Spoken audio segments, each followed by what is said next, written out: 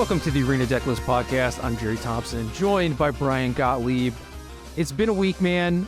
We missed last week due to some unforeseen travel nonsense. I don't know how much you want to get into that, but we also have a Pro Tour to talk about and a lot of set previews that I think we're going to talk about later this week as we double up this week to make up for missing last week. So how's it going?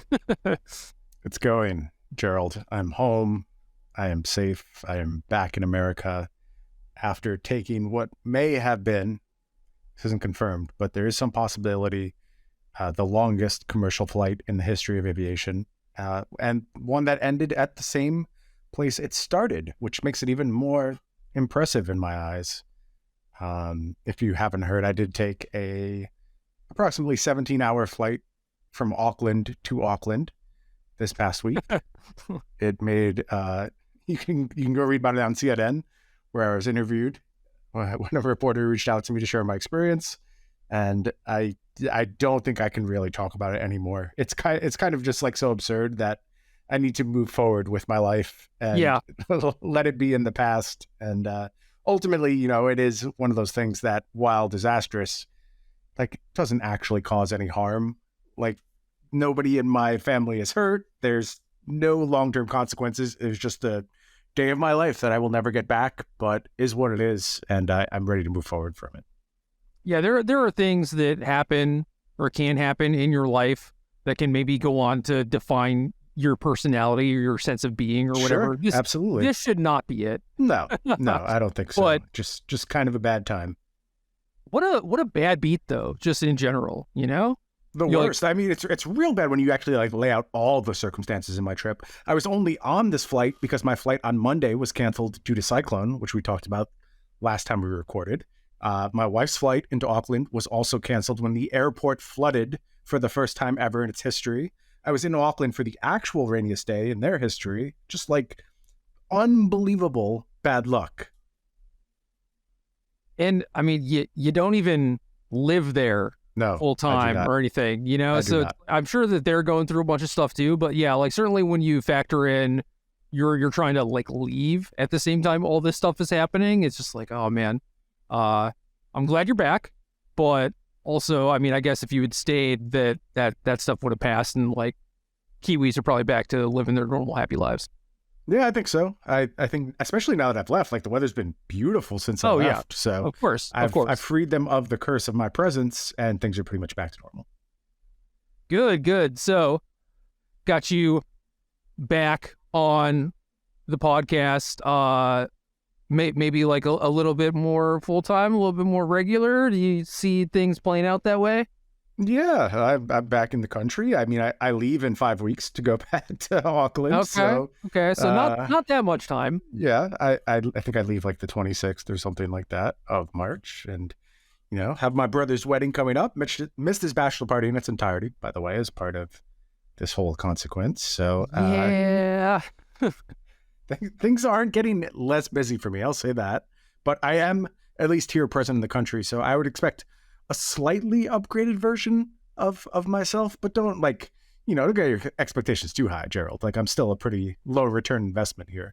I was hoping. I mean, I was going to say like, hey, we're back on the same time zone, but not really, because you're still jet lagged beyond belief, I'm sure. So yeah, just disastrous sleeping circumstances, taking a lot of NyQuil Z's, which is some kind of NyQuil without the like cold medicine stuff that I had in my house, and that's what's really trying to put me onto a normal schedule. But then like I make the decision to take it too late into sleeping, so it's like 2-3 in the morning. I'm like, all right, I'm not falling asleep, I'm just gonna take this stuff, chug way too much of it, sleep till noon the next day, and then I haven't actually improved anything about my sleeping schedule. So bit of a disaster now.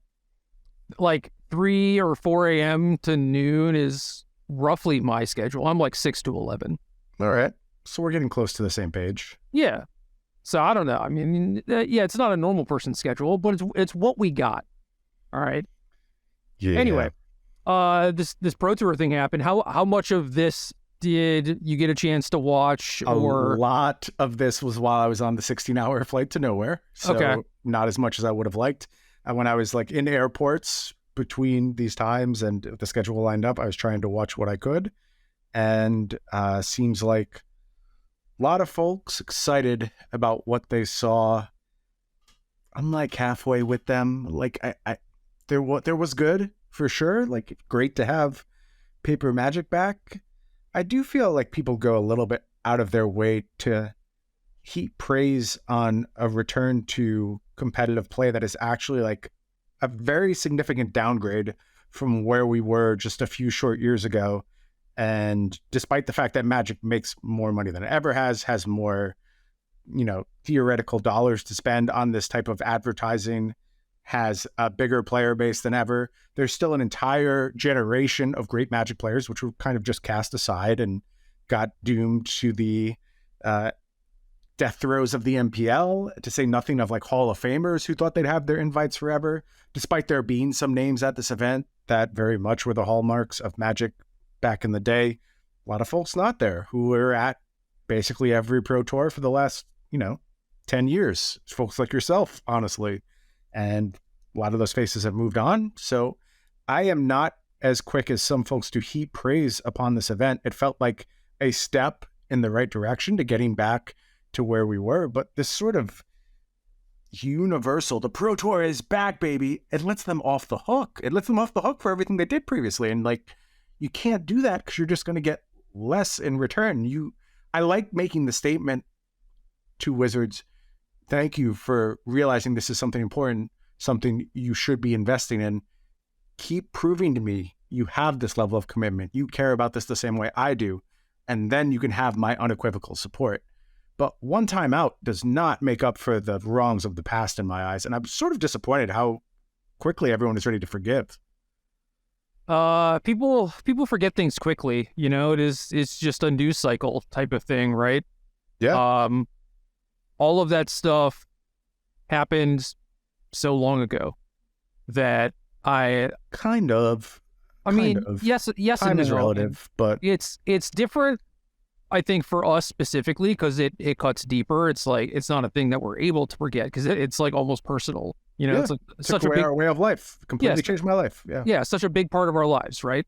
And for folks who are maybe not as invested, who said like, oh yeah, we're with you, we agree with you, like this is messed up or whatever. It's just like, well, now that it is, for all intents and purposes, like for what they care about, it is back, then it's like that they get to forget that the other stuff just didn't happen, right? Like why keep that occupying brain space? But we can't forget. So yeah, and I'm big on forgiveness too, Gerald. I think it's one of the things that actually, you and I have very similar personalities, but one of the things we differ about the most, I think, is I am very willing to be like, okay, this person maybe sucked in the past, but I want to believe they can change and they can be better. Or this company sucked in the past and I want to believe they can change and do better. Hold up. Well, I know what you're getting at, but let me correct your phrasing. Sure. Go ahead. Please do. Because you're right. I know where you're going. Yeah. I believe that people are capable of change, and I believe that I myself am an example of that.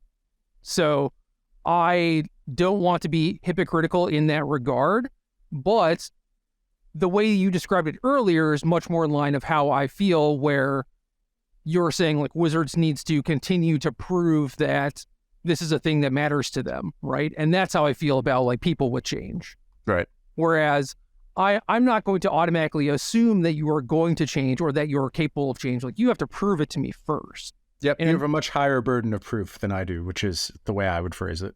Yeah, which is fair, but also weird considering like you were the lawyer, but I don't know. Yeah. Look, I think it's actually a flaw of mine. I think I'm often too quick to forgive, and that can be a negative of like the way I approach relationships. So I get that. So, it's not always great to see the best in someone. Yeah, when you phrase it or like put it under the lens of just like forgiveness straight up, then yeah, I think that I am definitely less likely to forgive than you are. That said, I've also been trying to temper that a lot within like the last decade or whatever. Uh-huh. And I think as bad as I am now, I think I've gotten better at it. Like Sure. a lot better. Yep. That's always worth tracking. But yeah, me and one of my exes used to joke about how we were both like that basically. And it was like, the magic card Ancient Grudge had come out around that time, and like that was us. So yeah, me with an Ancient Grudge, that is kind of on brand. I will tell you that a question I get asked a lot by various folks in the Magic scene is, does Jerry hate me? And I'm always like, no, he probably doesn't hate you, just like you probably did something a little fucked up a while ago, and he just remembers that, and he doesn't really like feel he owes you anything from that point. And I think that's a very reasonable thing for someone who's capable of holding Ancient Grudge.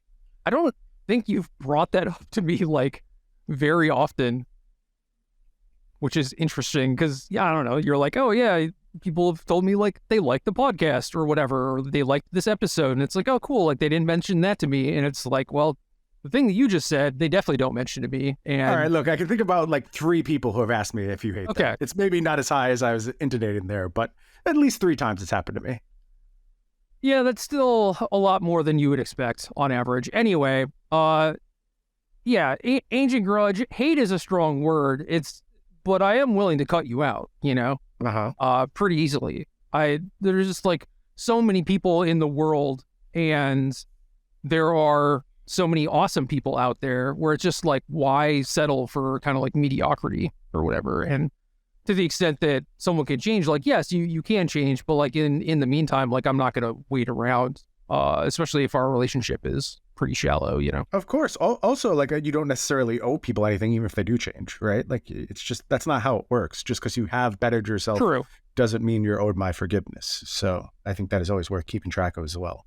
Yeah. I mean, good for you. I'm happy for you, but like that doesn't mean that we need to have a relationship or whatever. So this all goes back to the point that I'm not ready to have a relationship with the Magic Pro Tour yet. And I would like to see some more acts on their part that show me they are actually committed to bringing back competitive Magic as something to endeavor towards. I'd like them to fix their RCQ system, which I still think kind of sucks.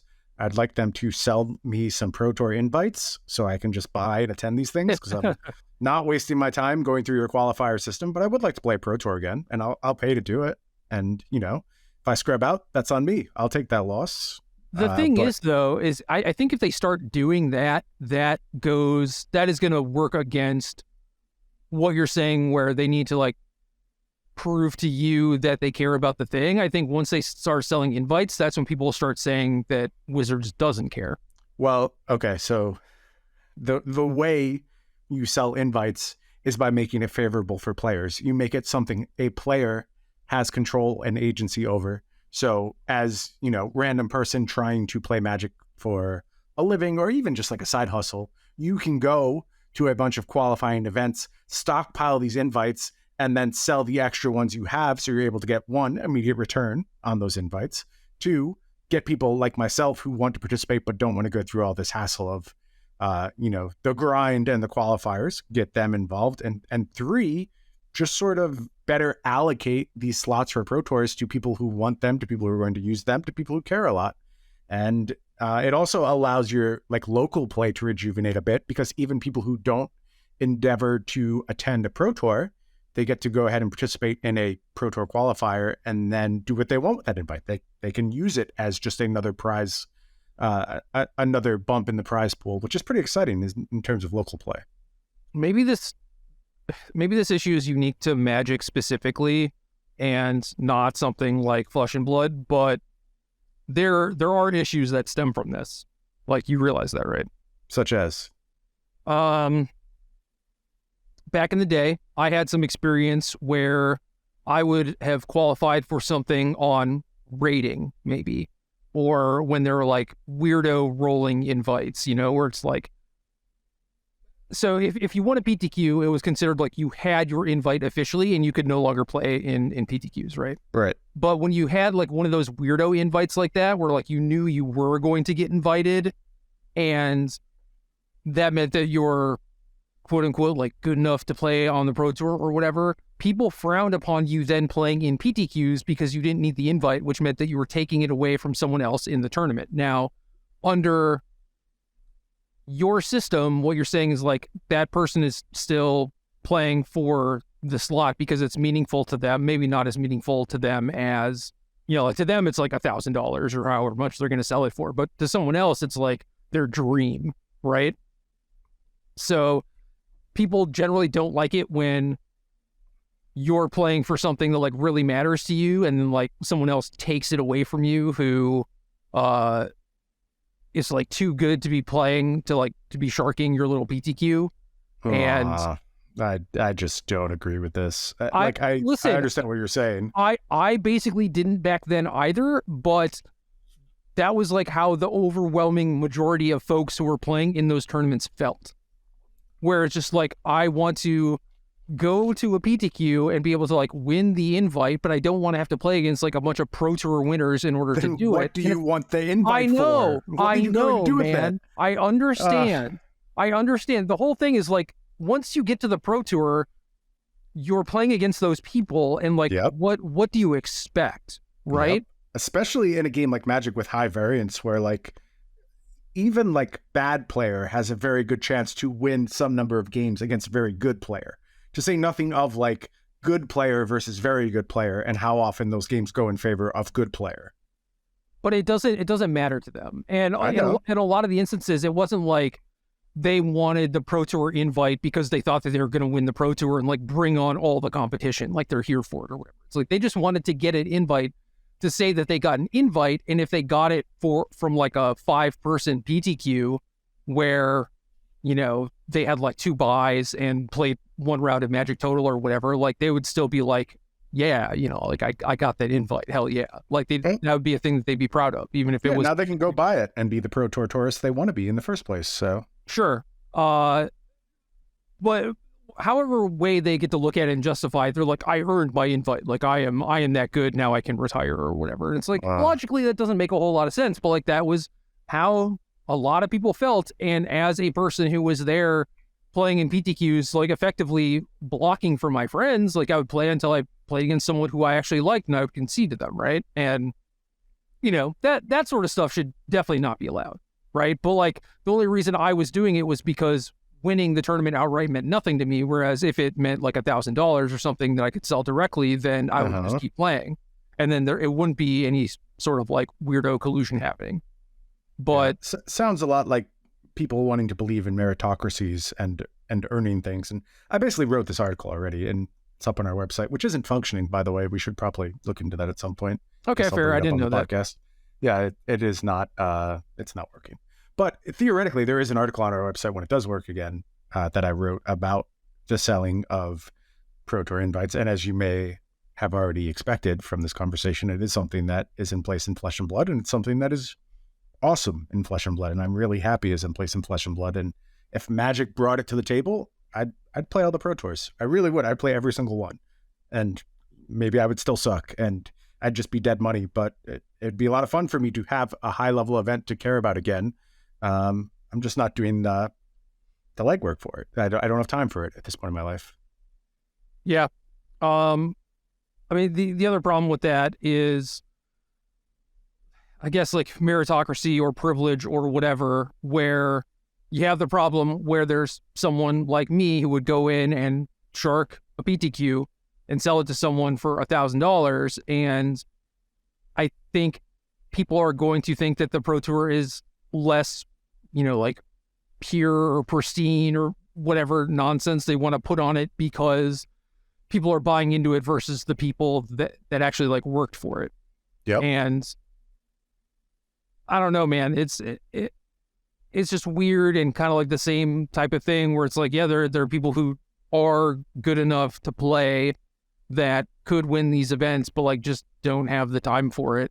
Yeah, I think the Pro Tour is less pristine because you're not there, because John Finkel's not there. Like I can name a ton of people who I think their absence from these Pro Tours makes it less meaningful, less pristine, and it's the exact opposite problem of the problem you're talking about. So yeah, everyone has their own definition of what a true Pro Tour is, and the fact is you're never going to have anything that even resembles the true gathering of the best players in the world. Right.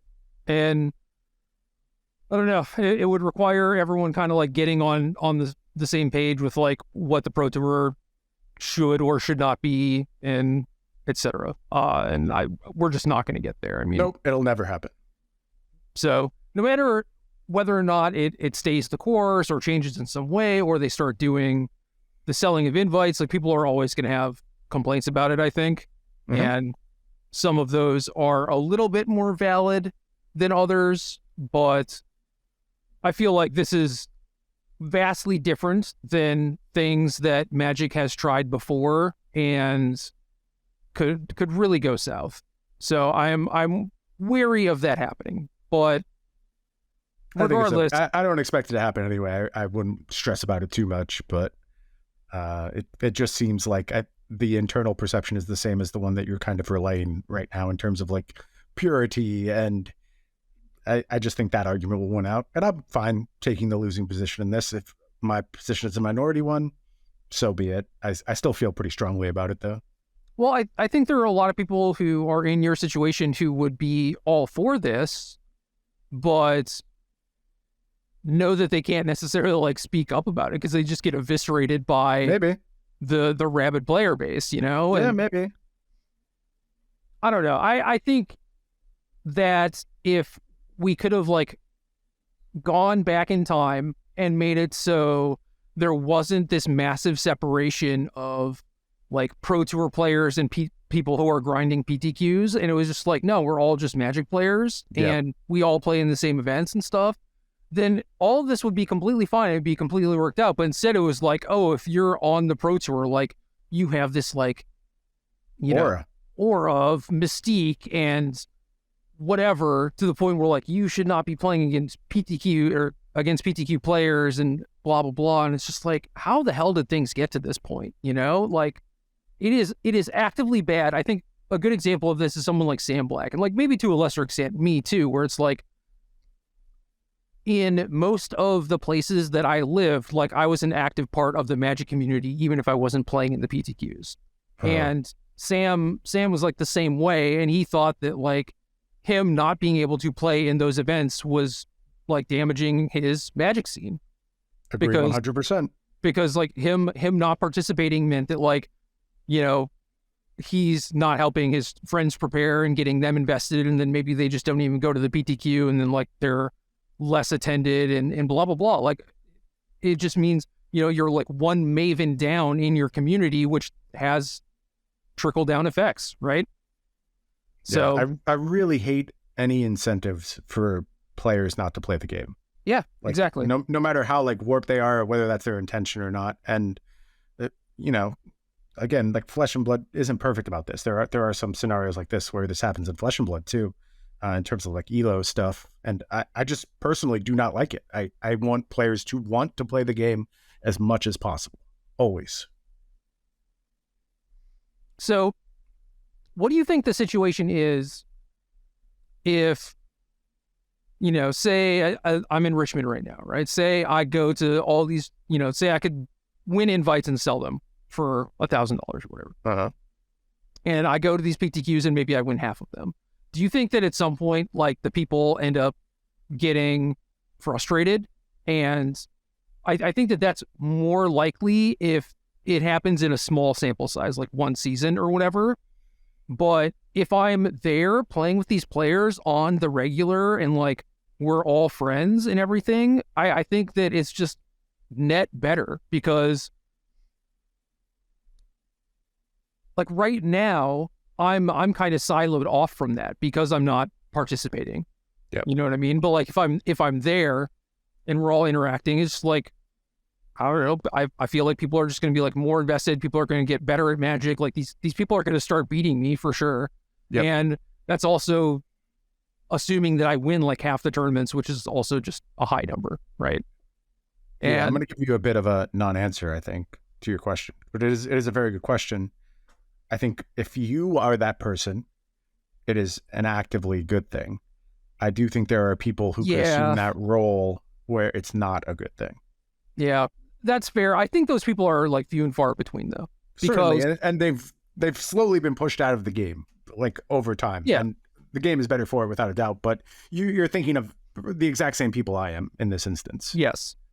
And then the other anecdote sort of thing that I want to share related to this is how someone like BBD, when he started being on the train, like qualified for everything, like he just like didn't like it very much because of how siloed he became from like local communities and like PTQ players, you know, like people who were his friends. It's just like he rose up pretty quickly and then was just like not spending time with those people and just found himself like feeling isolated and stuff. And it's like, that sucks, man.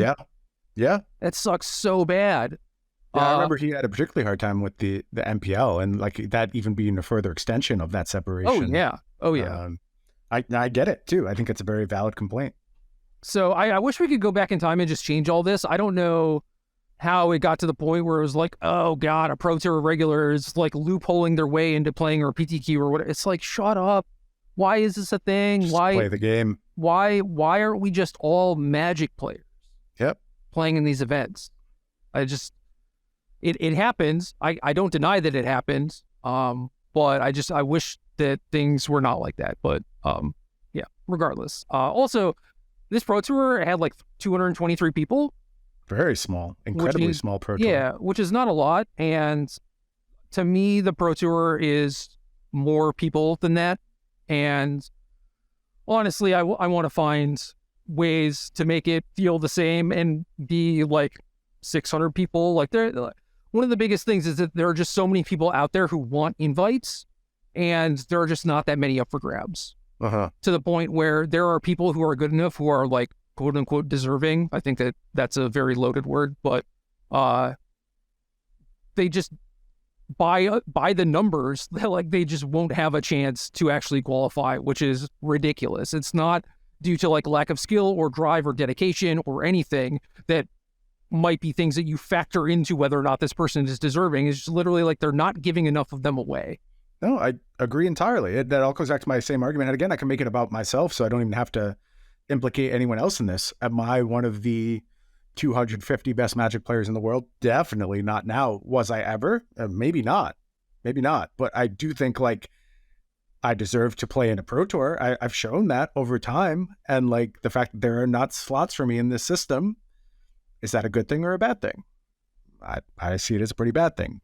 It's very loaded in terms of like how I approach the situation because it affects me directly. But that's just how I view it. I think it's better when you put high quality players who are capable of winning. Like my idealized version is that anyone capable of winning a Pro Tour is getting to participate in it. Yeah. And like how many people are capable of winning a Pro Tour in the world? 1,000? Yeah. 1,500? A lot. Yeah. I mean, I don't know, but like, 1,500 is probably too big for a Pro Tour, but 500 doesn't feel too big, right? And you get a third of all the people capable in the world. I don't know. That seems good to me. I said this a while ago. I don't even know why I suddenly had this thought, but I just felt like anyone who had like top 8 at a Pro Tour should just be able to play in all the Pro Tours. Like you've just proven it? Like, yeah, kind of. I mean, it's just like... I understand. Does this person like, quote unquote, deserve to be there or whatever? And it's like, yeah. And it's like, is the Pro Tour better when you have the names participating who are like part of the history? And I think the answer to that is yes also. No, I'm right there with you. Yeah, these are all good questions, and they all come back to the idea of like, do we need to heap unanimous praise on this thing, which is like really just getting back to the bare minimum of a pretty flawed system, or should we be asking for more? And I think you should absolutely ask for more. I think we're owed more. It's given both. The support. It's both. Like, certainly glad that this is back, and I'm glad that there were a lot of people watching coverage. They all seem to enjoy it, and the folks playing in the event seem to like it also. All of that is great, but at the same time, it's like we can't stop. We can't just become complacent because that's when things start to get worse, right? And also, this is not the good version of the thing that we had before. It just isn't. No, so, it's not. Yeah, like we got a thing taken away, and then was like kind of given back, but maybe like 3/4 of what it was before, and it's just like we're supposed to be thankful instead of being like, no, like restore this to what it was. Yeah, right? where's the other quarter? That's my question. Yeah. So just keep that in mind while you're heaping praise onto stuff. Definitely throw in some helpful criticisms if you want to. I think that would be very helpful. It's like, do you have a helpful criticism to offer about this Pro Tour? What is the most helpful? I have a lot of nitpicking I could do, but the most helpful criticism thing that I could come up with is in regards to the screen real estate, I suppose. A lot of wasted space, right? A lot of wasted space. And not only that, but it also meant that, so I didn't notice this at first, but it's like they oriented the camera so it was more like arena versus like player on the left, player on the right. And I honestly just didn't even notice it for like 2 rounds. It was weird. When then, obviously, once I noticed it, I couldn't unsee it. And then I was like, why didn't I notice this? And maybe it was because arena. Now, do you have a preference? Do you prefer north-south versus east-west, the way Pro Tours used to be done?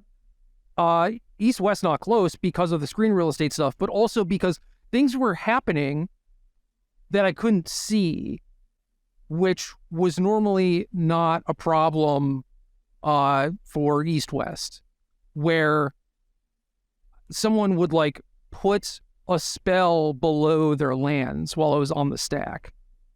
And because, like the actual gameplay, like the middle of it is condensed, you just couldn't see stuff like that. Stuff was happening off camera all the time during the PT. And meanwhile, there's just like all of this extra space off to the sides. And it's like, I think to some degree, like the players could get better about that, but like coverage or whatever could have also like prompted them like, hey, keep it in this line. Yeah. Right? If you have a playmat on the table, the entire playmat should be like visible, right? Like you basically set up the play area so it's always on camera and encourage players not to do things off of that space. Right. And that was not how this was set up. So both in order to get rid of the dead space off to the sides and to make sure that everything is visible, I would want to go back to east-west, but maybe there is a north-south version of that is better for, assuming that north-south is like, they did it, they made it a very clear, conscious change to do it that way, right? So they must have had a reason for it. So if that is how they want to do it, like there are ways to potentially fix that problem, but it's like, to me, it's like trying to stream a mobile game that is upright. You know what I mean? It's like Twitch and computer screens are oriented east-west. Yeah, you're thinking of Marvel Snap, basically, like the way it just doesn't quite fit on Twitch. Yeah, or like Clash Royale, Pokemon Go, anything like that, And they're all super weird, and Magic is the same way. Like, Magic orients itself better for Twitch when it's east-west. And so I don't know, I just don't like doing it north-south the way that they are. But the thing I will say about this is, in regards to the play area being like the playmat sort of thing, and like all the things that are on camera, when it was east-west at times, specifically at Pro Tours, I think less so at SCG because they formatted their stuff to like actual playmats, which are normal sized. It's like that's all the play space I need, right? But for Pro Tours, the tables were like a little bit smaller east-west. And I don't know what the reason for that was, but there were definitely situations in Pro Tour feature matches where I felt cramped because of how tiny the table was. That's interesting. You certainly spent much more time in the feature match area than I did.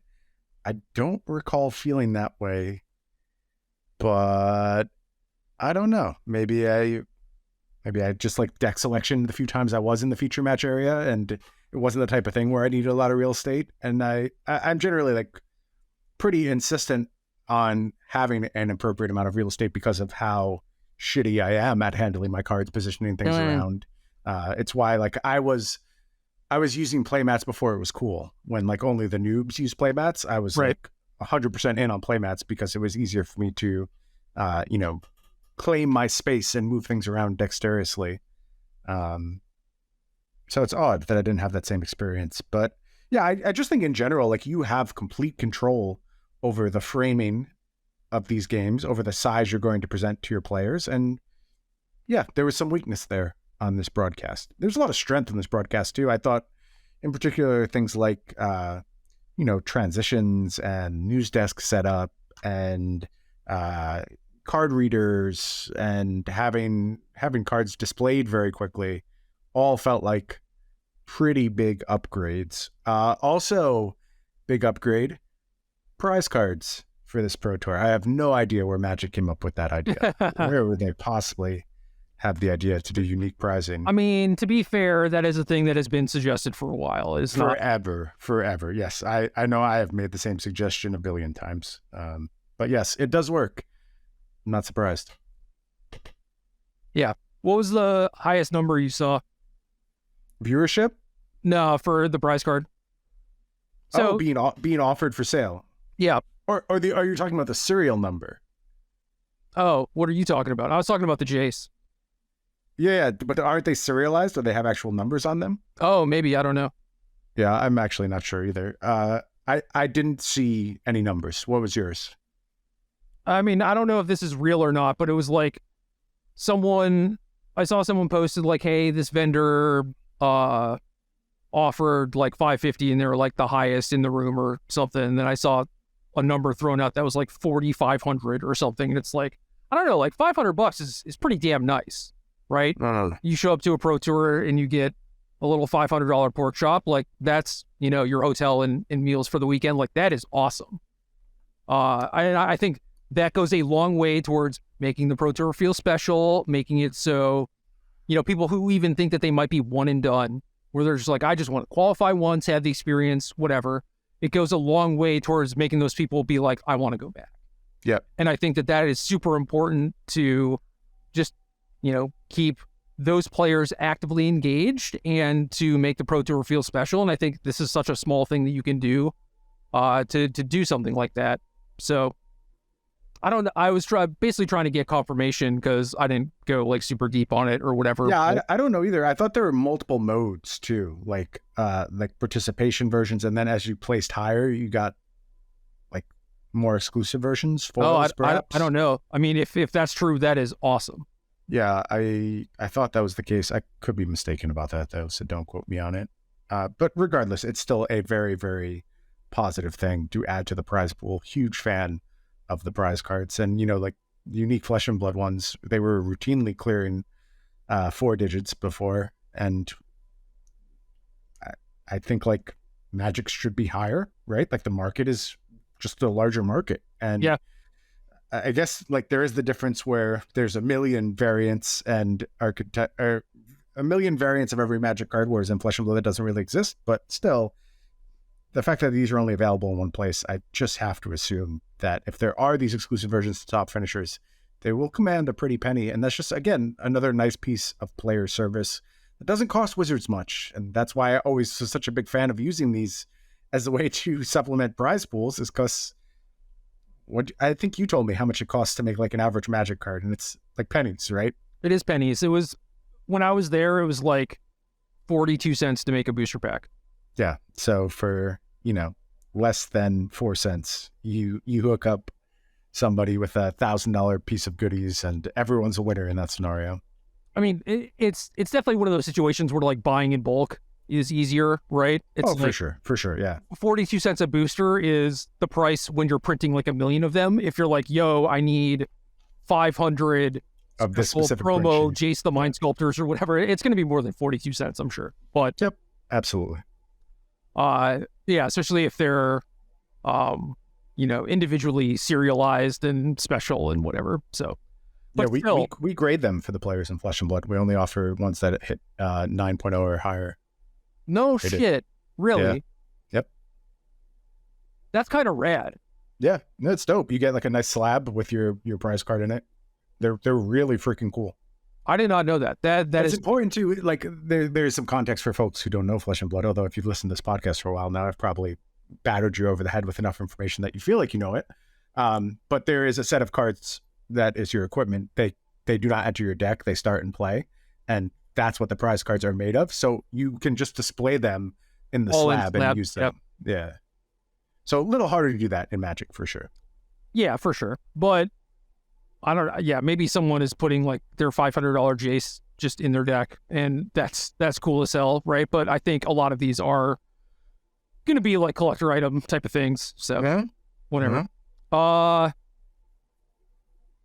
liked the fact that there was very little downtime, and it was like, 2-minute break. All right, back into a match, and they got to put a lot of the actual like games played in the feature match area on camera, even if a lot of them were like, all right, we're coming into it in game 2 or game 3, like they would cut it down for time and to make sure that they could show all the stuff, which is like really quick turnaround and super awesome to see. And that is definitely like a massive level up versus like, all right, 30-minute downtime in between rounds or whatever.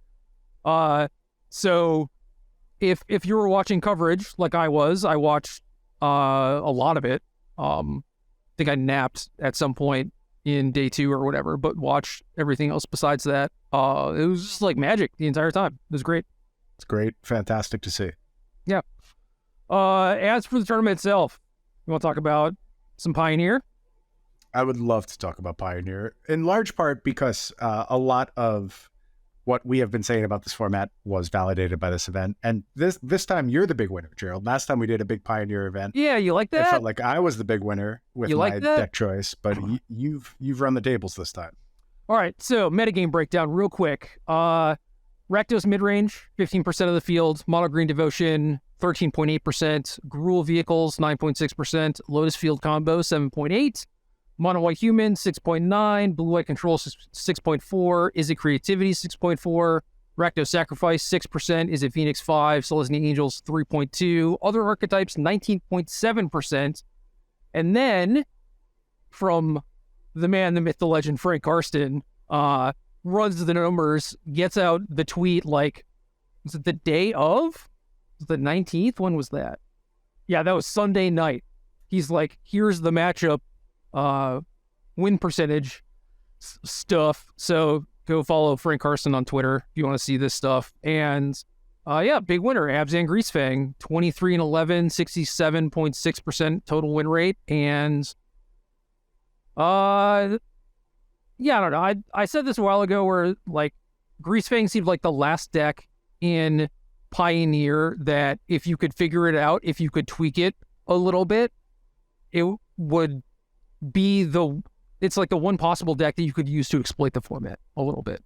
And, one of the teams did that. Not their entire team played it, but it looks like the people who did decide to play it did pretty well, including one in top 8. And it wasn't even in the ways that I was expecting. I was expecting more of like transform after sideboard to kind of like beat graveyard hate, but like one of the reasons that they played it was because there was very little graveyard hate. And then you look at things like Rakdos midrange being the biggest deck, and their removal is a lot of Fatal Pushes and Bone Crusher Giants, and Greasefang is a 4/3. They do have some power word kills or whatever, but for the most part, you just have more access to your combo, than they have actual ways to kill your thing. So that matchup ended up being very good. And Greasefang posted like an 89% win rate against Rakdos. So lack of graveyard hate, definitely a lot of innovations in the actual deck list. 4 copies of Mana Confluence. One of the things that I harped on was the fact that all these lists that were showing up had like 10 sources of white mana, which is just inexcusable. And part of that was due to there being a low land count. Some lists I saw had like 18 or 19. This one had 21 for Mana Confluence, which I think was 15 total white sources. And that's a thing that you can only do when like the metagame is very specific too. It's like, yes, there's some stuff like mono white aggro or whatever, but like this is a pro tour and the top 8 is a lot of like non-interactive, just like doing my thing sort of combo decks, and not a ton of just traditional aggro decks. So it's a thing that you can get away with. So like lack of graveyard hate, not a lot of traditional aggro, cutting Satyr Wayfinder, like things like that all led to it being like a fantastic choice for this tournament. But like, I don't think that I ever would have come up with like this version for this event. So kudos to them. Yeah, I'd love to see a bit of innovation. And, I do think the archetypes sort of fell in the range of what was expected for this tournament. Not a ton of huge surprises. Maybe some things sort of asserting themselves where they were tier 2.5, tier 3 decks, now sort of staking their claim to being very much a top tier deck. I'm thinking of Izzet Creativity in particular, a real coming out party for that deck. Although not something that anyone coming to this event would have been ignoring. I think it had risen to that point where it deserves some respect, but it really put a stamp on the format at this point.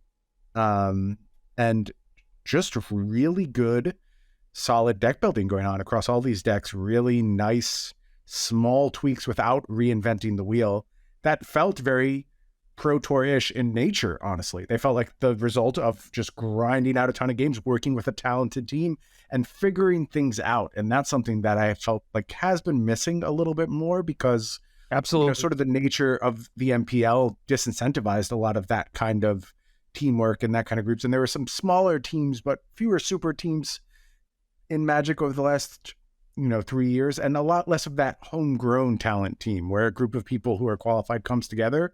They find some mesh, they find some good working relationships, and they just come up with something really special. Just felt like there was a lot more of that all over this Pro Tour.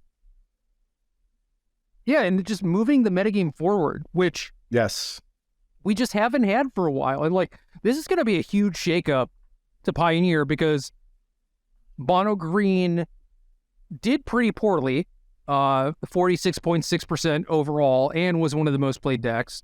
Yeah. Rakdos also didn't do great, I think. 46.4%, even worse. And it was the most played deck. And then, you go to, I think, the third most played deck, ? No, that may not be correct. It might be the fourth or fifth played. But Mono White Humans, horrible conversion rate, 34 and 60, 36.2% win rate. So a lot of the suppositions about this format are just completely thrown out the window at this point. You really have to do your tier rankings, your power rankings over from scratch after this event. Right. And the biggest winner, I think, isn't even Greasefang. Sure, scoreboard for Greasefang, but all of the versions of the Aura's decks did incredibly well. Mm-hmm. Orzhov, 66%, Selesnya, 63%, Abzan, 60%. Normally, you don't see that, right? It's one of these versions is maybe better than the other, but it's just the top 5 winningest decks, 3 of them are Aura's decks. Can you find a reason for that with the broader metagame trends? Do you just think Aura's had exactly the right clock to pair up well against these combo decks, which are sort of slower combo decks? They're turn 4, turn 5 combo decks. Aura's able to just kill you in that window with just enough disruption. A lot of these black splashes for Abzan or Orzhov auras, or in the case of Selesnya auras, maybe just pure aggression, finding that window to win before these combo decks come online, and staying really strong against any kind of interactive deck, something like Rakdos, just not lining up all that well against auras. Yeah, it's the 2 ships passing in the night sort of thing. I mean, you can play Mono White and try and interact, but that was the axis that everyone was prepared for. And you look at something like Izzet Creativity, where they'll have 9 1-mana removal spells after sideboarding, right? And obviously that's great against Mono White, but it doesn't necessarily line up that well against the Aura's deck, especially the versions with Glade Cover Scout. Yep. And well, if we decide that we're doing that, if there are just going to be some combo decks, and maybe I'm going to get attacked by Mono White or something, and just build a 10/10 trample, first strike, lifelink, flyer, or whatever. It's a lot of these decks are not set up to deal with that, and it's in line with the speed of the rest of the format. So Mono White, I'm going to check this real quick. Mono White is supposed to have a good green matchup, but over time they've caught Brave the Elements and stuff like that. Okay, yeah, so Mono Green Devotion against Mono White in this tournament was 42%. So Mono White having a slight edge. Favored. Actually, the only favorable matchup on this chart for awesome Mono White Humans. Awesome. You love to see where just some of the worst performing decks are just we're only good against each other or whatever. Yeah. Yep. Whereas I guess like the Auras doesn't have a lot of data for this, but Auras perform very well against mono white, for example, and also undefeated against mono green. So not a bad spot to be. Yeah, it's things like that. It's like, well, I want to attack. I want to be good against mono green, and like at that point, why would you play humans when you could play Auras? Because you also post like a good win rate against humans, and you are smashing mono green versus winning 60% of the time or whatever. And then against things like, is it creativity or whatever, maybe you just have like Glade Cover Scout and you just brick their removal entirely, and you're presenting a reasonable enough clock that is also not a thing that they're prepared to deal with, right? So yeah, I just think like you find a way to gain a little bit of life, and it's very challenging for Rakdos to do any sort of racing. They have to actually answer everything, and they just can't in some instances. Yeah, sometimes. I mean, they have a bunch of spot removal, and like their curve is pretty low. And I think that's the most important thing is like if they draw multiple 1 mana interaction early, like Thoughtseize, Fatal Push, and are able to transition that into slightly bigger stuff like Liliana and Bone Crusher Giant, then I think they're going to be okay. Unless you draw like Glade Cover Scout and can protect it against Liliana, then it's a huge problem. So like I definitely like the green version compared to something like Orzhov, but I could see how Rakdos would still be tough. It would still be like a little bit tricky. It does feel like going forward, Rakdos has the tools available to shore up this matchup. And that's kind of like the story of Rakdos for me in this tournament. As we mentioned, most represented deck, pretty middling performance, 46.4%.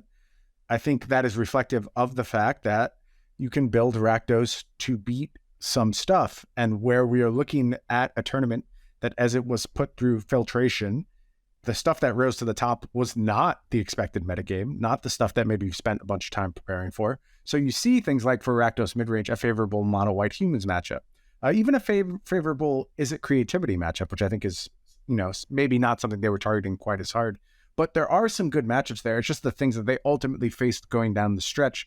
I don't think they were cognizant enough against, and that's why this deck was not able to convert in the late stages in terms of conversion to top 8s. Yeah, and I mean, there was a Rakdos deck in top 8. There was a mono white human or mono white aggro in top 8, but overall, pretty poor performance. And I think that these numbers are pretty exciting to the point where I think that unless you're a diehard Rakdos player, like there's definitely going to be a lot of people who are like, oh, I can tune my Rakdos deck to beat this, like pretty easy. Yeah. But as far as things like mono green devotion, mono white aggro, like these things are going to be dropping off significantly, and you're going to be seeing a lot of the more exciting decks from this tournament. Like, is it creativity? Maybe some Greasefang, but like definitely Auras too. Like Auras is going to be super popular now. I think so. I think you'll see a tick up in that, and creativity, of course, winning the entire tournament speaks well for its future, and already a deck that was very much trending upwards. So not surprised to see a very big performance from that list. Yeah, and 2 of those in top 8, 2 Lotus Fields in top 8. Yeah, we could talk a little bit about Lotus Field. I haven't mentioned that yet. Yeah. Probably because the bragging is not as strong this go around, but just a very solid middle of the road combo deck. 52.7% conversion is now getting that representation that I said it was supposed to have all along. And you see in this matchup spread, it's just like fine against everything, maybe showing some vulnerability to Is It Creativity, slightly faster combo deck, I would say, with just a bit more interaction. So I'm not surprised to see that matchup sway Is It's Creativity's way. And while I do, still overall like Lotus Field, after this Pro Tour is actually the lowest I've been on it in a very, very long time, because I think the things that should start to trend upwards, things like Auras, things like Is It Creativity, are tough matchups for Lotus Field. And, if I had a Pioneer tournament to play, I might actually have to put my Lotus Field deck away for once, just because I think the immediate aftermath of this Pro Tour is going to inadvertently shape things to be a little bit more hostile for Lotus Field. Well, the funny thing about all this is Lotus Field still did pretty well, 52.7% win rate, decent matchups across the board, about what you would expect, 2 copies in top 8. And this is with it being a known quantity. Yeah, hard for the deck to fail. So, yes, there is going to be probably a little bit of dip, like you're probably right to put it down for the short term, but eventually things are going to go back to how they were, kind of with like the grease fag allegory, where it's like there's no graveyard hate, right? Like at some point you're going to get back to the point where there's no damping sphere type of stuff for Lotus Field, and then you can go right back to playing that. But like most of these decks, when they were known quantities, did very poorly. Like mono green, Rakdos, and mono white, right? Like those were all known quantities coming in, and they all got smashed. And Lotus Field, known quantity, was the one thing that was able to be successful through all of this, which is striking to me because it's supposed to be a lot more linear, a lot more easily hated out. And yeah, it's shown itself to be fairly resilient, actually.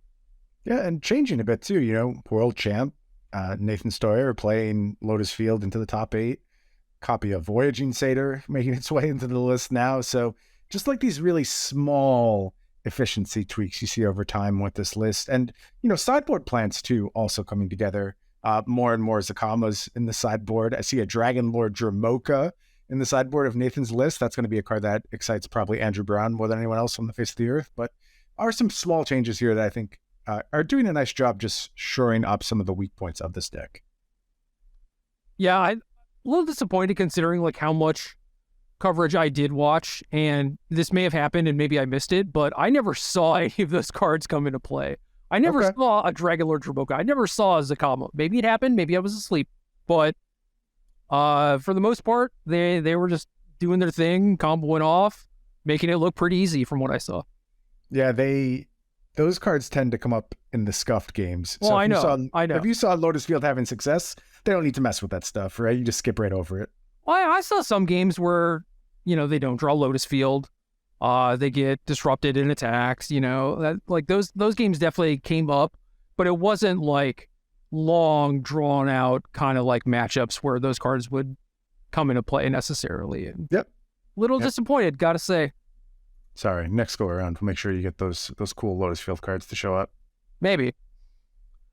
One thing about this that I am sort of surprised by, I guess, is kind of like the lack of new cards. I expected more people to kind of like take shots with the new stuff, and this looks like a Pro Tour that could have happened without this set for the most part. Disrespectful to Skrelv, honestly. I don't know. Like, dude, there were a lot of Skrelv. That's the card. Yeah, that's the card that broke out. I mean, you're right for the most part. Not a lot here, but particularly in the top 8. I think there were a total of 7 Skrelvs across the top 8, if I'm counting correctly. So that for a non-rotating format. I told you, man, best card in the set. Yeah, I'm starting to come around to your way of thinking. This really, really impressive performance for sure. We should also note too, Enigmatic Fires picking up a top 8 in the hands of Derek Davis. That's a deck you and I have sort of been quasi high on over time. We keep mentioning it. We're like, it's kind of right there. It does some really powerful stuff. Didn't have great numbers in this event, but did pick up that top 8 berth. So, I mean, Derek is also like very good with the deck. Like they talked about this a lot on coverage, how he won a Mox with it also. So I think that's kind of what it takes for a Pioneer in general, and to some extent stuff like Modern too, where yes, the metagame does move, and sometimes rapidly, and things move up and down, but just actual mastery with an archetype can go a long way. And Fires is one of those decks that I think would be a good answer to a field like this, where it's like you expect a lot of like Rakdos mono green and mono white, even though maybe the deck is not particularly good against mono white. But it's like, it's one of those decks that you could turn to where you're just like, all right, I'm not going to interact in the way that these decks are used to dealing with, and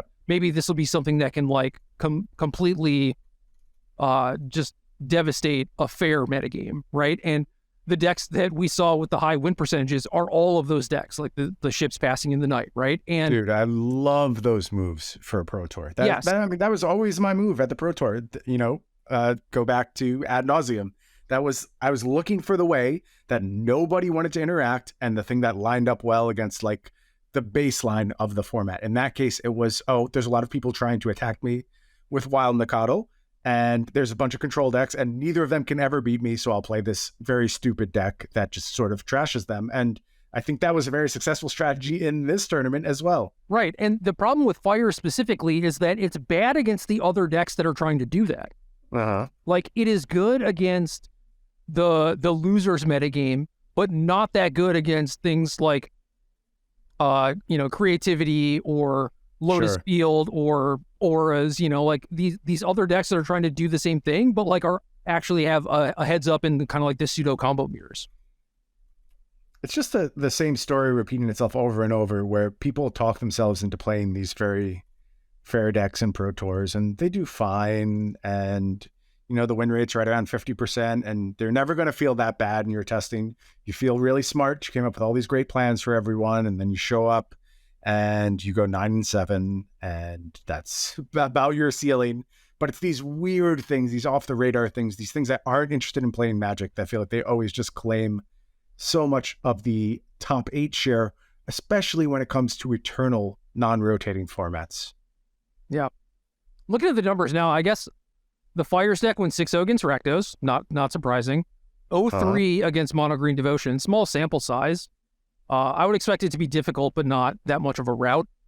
Yeah. And then like 1-0 against Humans, 0-2 against Gruul. I would expect like the pure aggro decks to be tough. And then 2-2 against Creativity. I'm surprised that they were like doing that well against Creativity. It seemed like game 1, you're looking pretty good because they only have like Make Disappear and your Leyline Bindings are super live, but like it's also hard to get anything going against them, right? Because it's not like you can put pressure on them necessarily, and they have a bunch of shocks and they interact well. They'll kill you if you tap out. So yeah, but like going like super long, I guess like medium long. Like if you have a binding and you're able to keep mana open, then it seems very difficult for Creativity to actually beat you. And then in the post-board games, it seems like a nightmare when they pick up like a bunch of negates and stuff like that, and like Shark Typhoons. You don't really improve all that much. You're still trying to jam like 4 mana sorceries.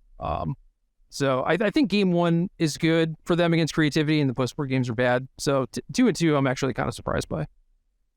Just want to take a moment to give a shout out to Big Score. And what was worst Big Score called before we got this one? Like the 3 mana one? Oh, no, it was RR2. Windfall.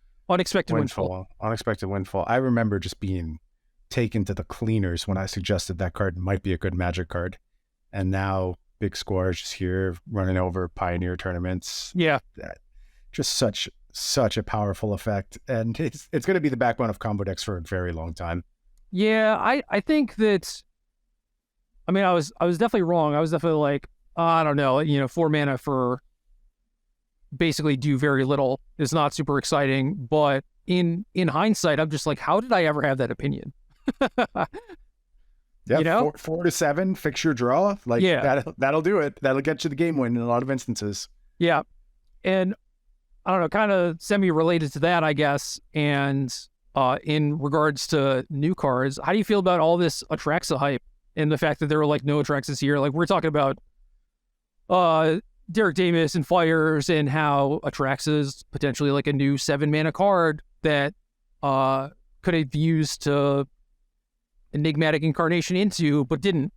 Just chose the Titan of Industry, Agent of Treachery thing, which I think is fine, because it's just like, you want your 7-drop to be able to impact the battlefield, right? Like, this will allow you to draw a bunch of cards, but like, do you actually need that in any of the matchups? But like, that is one of the spots where Atraxas could show up. It could show up in all of these big score decks. There's a lot of talk about like, Reanimator spliced with X, Y, and Z type of stuff. And not a lot of it actually showing up in the Pro Tour, but as far as like the streamers and like the Magic Online players or whatever, like they're still all about it. So like, that's still kind of underexplored and could be a thing that could shift the metagame again. I just think like Atraxa is incredibly powerful. Maybe not the best fit for the Pioneer format, because I see it as most powerful sort of on the 2 poles. Maybe pole isn't the right word. So the use for in standard, where it has been pretty dominant thus far, is just this incredible value engine. And as games go along, you're able to actually use all those cards you draw and, leverage the huge boost that Atraxa gives you, and also just tie it up with a threat. And that plays very well into sort of fair-ish Magic. Other place Atraxa plays very, very well is in degenerate Magic. So things like Legacy, reanimating Atraxa versus reanimating Gristlebrand, Atraxa being better in a lot of instances. It doesn't really surprise me, actually. That makes a lot of sense. It gets you the force of will to immediately protect itself. Its impact in terms of like blocking and attacking can be even higher than something like Gristlebrand. It is a blue card, which matters a bunch for that format. So there's all these reasons why when things get either very degenerate or very fair, Atraxa becomes more attractive. And Pioneer is sort of sitting between those two spots right now, where like the ways you can use Atraxa and Pioneer aren't quite degenerate enough to push it above things like, creativity or Lotus Field. And doing it fair just doesn't make a lot of sense because games don't go that long and you'll get blown up by something like Lotus Field or creativity if you try and just leverage like I tapped out and drew a few cards. That's not going to get the job done here. So I see why it's been a little bit slower on the uptick, and I don't think it's like done in Pioneer. There is still absolutely a place for it in this format, but I do see why it has a little bit more pointed flaws in this format than some of the other ones where it's found success. Yeah, and when I brought it up during the preview show, I was mostly thinking in like fair terms of like just casting it in standard. Yep. But clearly that is not the way to go. It is very much like a good reanimation target. And then I certainly was not thinking about Legacy. And then you make the comparison to like, is it better to reanimate this or Bristlebrand? And then start thinking about how Atraxa will give me like a Lotus Petal and an Animate Dead and like a Force Spell and stuff. I'm just like, now I want to play Legacy again, man. So now I'm looking at Legacy Challenge deck lists and I see like JPA 93, like Sneak and Show aficionado, right? Played in the same mocks that I did. Like that's how I know this dude really well. And has 2 Atraxas in his Sneak and Show deck, and I'm just like, hell yeah, let's go. Seems fun. I want to see a reanimator list. I'm going to scroll till I see one. Yeah, I don't know if they exist yet, but they certainly seem like they can, right? And I think you could think about it in Modern as well. Like reanimation up there could be quite good. I've seen a ton of different deck lists. I don't know what's best or anything, but I certainly see the appeal, and I think it's really cool. Also, dude, it's weird. A lot of these Legacy decks have minor misstep in them. Yeah. Those Legacy folks, they don't get new cards all that often. You let them think they're getting one over on you, and they'll get real excited. Decent amount of Mercurial Spell Dancers. Good. I'm not super surprised. Again, not a card I really expect to hit in Pioneer either, so not surprised it didn't have a huge impact here, but yeah, seems good in Legacy. Yeah, cards like that in Pioneers, pretty small ball and not a ton of ways to actually take advantage of it. And when you do, you're not, how does that card line up against like Lotus Field or whatever? It just doesn't. Yep, absolutely. Or Late Cover Scout. Not beating that one. Where are the Animate Deads on Atraxa? Show me them. I'm at 29th place, man. This does not bode well. Sounds like you're the hero we need, Gerald. You're in charge of putting Manami Dead on Atraxa. Look, I've been known to reanimate a thing back in my day, Yep. None in that channel. Maybe the League. The League is what I want. The League will show me everything. Up to you. Yeah, I think it's entirely up to you at this point. Control F, reanimate. First deck has 4 reanimates, also has 4 Death Shadow and 4 minor missteps. Okay. Yeah, that's not what we were looking for. Oh, I got one. I don't know if this counts. This one also has a World Gorger Dragon. I mean, if you're playing the Animate Deads, you may as well, right? Yeah, but then what do you do? That's for the big brains to figure out. I just put 2 cards together. Yeah, so the World Gorger, it does loop. You do get infinite mana. You just need something else in your graveyard. I guess it's just you. I mean, there's only one World Gorger, but So it's like a backdoor if you get, I don't, peacekeepered or something. I don't know. And then you Atraxa your entire deck or whatever, and I don't know. Yeah. Oh, there's 5 hits for reanimate in this league. Okay, here we go. 4 Atraxa. Let's go. Hapless Researcher. Love it. Yep. Great. This is fine. This is okay. This is about what I would expect. I like this is kind of nice. So you pick up like a Force of Will off it, right? Yep. Cool. Awesome. Get like a sorcery to go along with it, and then Hapless Researcher is like the creature that you can hit that also does something, but they also have Grief. So you can get like Grief, black card, Force of Will, blue card. Oh, jeez. Yeah, dude, I love this. This is great. That's pretty gross. Like, it's very hard to lose from that spot. Yeah, it's way better to hit a Grief than, I don't know, like another big, silly thing that you're just going to try and discard. So, yeah, Grief is a good call. I like that. Last reanimated deck in this league, for Rotting Regisaur. All right, that's enough. That's enough for reanimate. Mono black, 12 swamp, 4 dark ritual. This rules. This rules. Lord. 4 Chrome Box, 2 Agadeem's Awakening. In Legacy. Times are weird.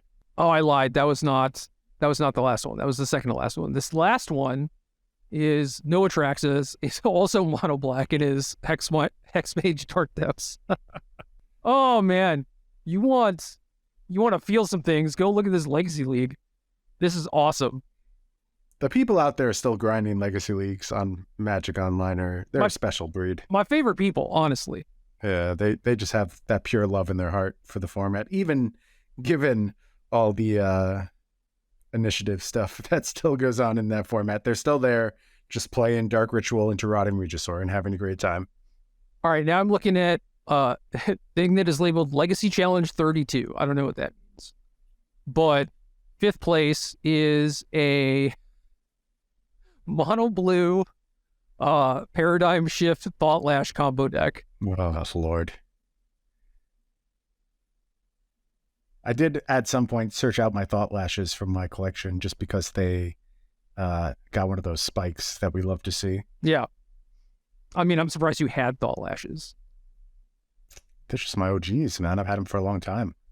Yeah, if y'all are not aware of this combo, think Abyssal Persecutor. Yeah, close enough. And because this deck is for Thassa's Oracles and whatnot. So, oh man. Yeah, a couple days from now, probably do another episode with March of the Machine previews, since we got a surprising number of those. Yeah, very surprising. But preview season must continue. I turned off coverage and then was informed that like, oh, well, now preview stuff is happening. I was like, oh, okay. Oops. Well, don't worry, Gerald, because it'll be covered in depth on the next episode of the Arena Decklist podcast. How's that rebranding going, by the way? Do we have a new name yet? I mean, yes and no. I have things that I'm not happy with. Okay. And it's not like we don't have time. That is true. All the time in the world. I mean, I'm still open to taking suggestions. If you got something for me, let me know. I got nothing. Yeah, exactly. I got nothing, man. Exactly. All right. Anything else? Wait. Anything else? I just had a flash of inspiration. Let's do it. Hit me. Oh, what if we called it? This is for rebranding. Okay, I was going to ask if you had any more Pro Tour related stuff you want to talk about. What if we called it the Game Podcast? No. But what if we did? I mean, technically, I still have some of the merch. That's what I'm saying. I know where to get some of this merch cheap, bro. We can just get that train rolling again. Well, I don't have that much. We got enough. I mean, it's technically on the table. I think that would be against the spirit of the reserve list if we were to reprint the game deck boxes. We made a promise that they'd never be reprinted again, and we should probably adhere to it. Did we? Let's close the loophole. Did we? Can we get the Arena Decklist lawyers on this? I'm not sure that we could get sued over this or anything. I know a lot of it is optics, not necessarily like actually just getting sued. But... Well, let me tell you about promissory estoppel, Gerald, and it's a fascinating concept. I definitely do not want to talk about promissory estoppel. I have heard that term before. I do not want to hear about it. Yeah, you don't. sure I heard about it on some garbage lawyer show, probably on Hulu, that I watched like 20 minutes of and then stopped. It is a lot of what the reserve list is about, though. If anyone wants to Google, you could. I'm not talking about it, but you can go Google it. Yeah, or you handle that yourself. You take that upon yourself. We're not going to do that. Okay. Anything else Pro Tour related? No. So the big thing, Brian, that we talked about was all of this is going to matter. It's going to hinge on whether or not this feels like a Pro Tour. Yeah. Do you think this felt like Pro Tour? Yes, I do. That's why it was a very successful first step. Yeah, I think it did too. I would like to see I was not there in person, and I think that would go a long way towards helping to gauge that. But just from the coverage perspective of things, it definitely felt like it. I would just like to see the amount of invites increased. However they decide to do that. If they just want to, have Brian cut them a check for a K or whatever to add to the invite list, that's fine with me.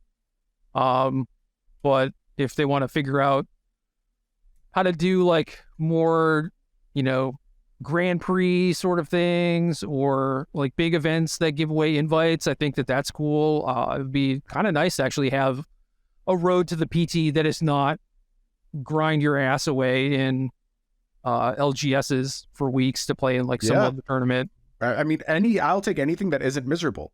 I'm not going to make myself unhappy to qualify for your Pro Tour. And those events in LGSs, understaffed, not appropriately judged, cramped, lack of bathrooms, not happening. It's not happening for me. I need something better. Many of those tournaments I've showed up to, like tried to buy cards and couldn't. Like that's another big thing. That's not going to work for me either. So I said it before, I'll say it again. If you're going to go to an RCQ, definitely have your full list purchased, maybe from like TCG Player or something, which sucks because like I want to support the local store, right? But it's like you go in there and it's like, I need experimental synthesizer. And they're like, lol, we don't have those. And it's like, okay, fine. Can't win. Game.